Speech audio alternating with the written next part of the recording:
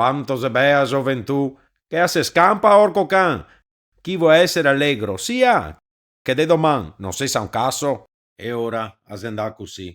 E me chiama e me fa, che saria dei poastri da coppare in Gallia.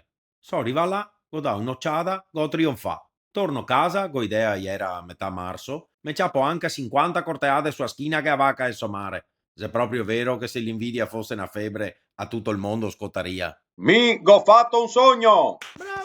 Conta sto sogno, avanti! E ora, nel sogno, che a buè adesso sorella non me lo ricordo altro. Cazzo, stamattina me lo ricordavo, sapevo che avevo da scrivermelo. Che peccato! Mi ricordo che era me fradeo, non aveva la faccia sua, ma io sapevo che era io. Pare anche che potevo volare. Vabbè, ve lo conterò la prossima volta, che mi torna in mente. Nel frattempo andiamo tutti in berci sprissetto, dai. Con te quanti campari, quanti aperol che vago a ordinare?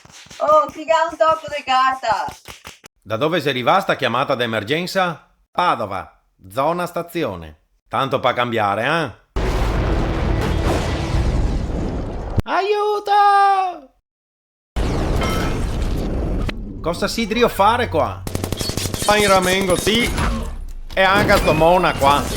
Ben fatto, signore. So drio cagarmi addosso, Jarvis. Ma, signore, il pericolo ormai è passato. Jarvis, non so drio parlare de paura, so drio parlare de quel mesocchio de cavolfiori gratinai che go magnà. Temo, signore, non ci sia un protocollo per questo. Ma che protocollo? Mi serviria un protocueo? Fa una carità, traccia a rotta più curta per andare a casa. Signore, attivo il codice rosso? Attiva direttamente quello marron perché non so mica se arriviamo.